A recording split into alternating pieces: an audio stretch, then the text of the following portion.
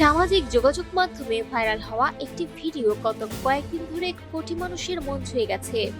ভিডিওটিতে দেখা যায় সবুজে ঘেরা বিস্তীর্ণ ধানক্ষেতের মাঝখান দিয়ে একটি সরু মাটির পথে হেঁটে যাচ্ছে ছোট্ট একটি শিশু।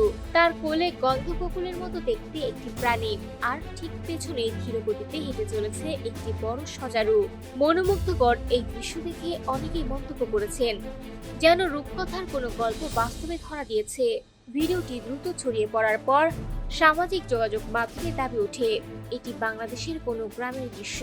এমনকি কয়েকটি সংবাদ মাধ্যম যাচাই বাছাই ছাড়াই ভিডিওটিকে বাংলাদেশের বলে প্রচার করে, ফলে বিষয়টি নিয়ে তৈরি হয় ব্যাপক বিভ্রান্তি।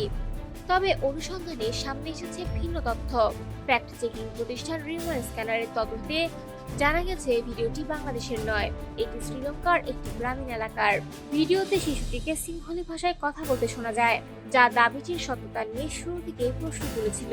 রিউমার স্ক্যানারের তথ্য অনুযায়ী গত 12 জুন শ্রীলঙ্কার বাসিন্দা প্রভাত সিলভা প্রথম ভিডিওটি নিজের ফেসবুক অ্যাকাউন্টে প্রকাশ করেন।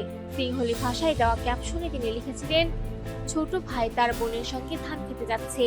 তার ফেসবুক প্রোফাইলে এক শিশুকে এবং প্রাণীগুলোকে নিয়ে আরো বেশ কয়েকটি ছবি ও ভিডিও পাওয়া গেছে, যা নিশ্চিত করে যে ঘটনাটি শ্রীলঙ্কারই।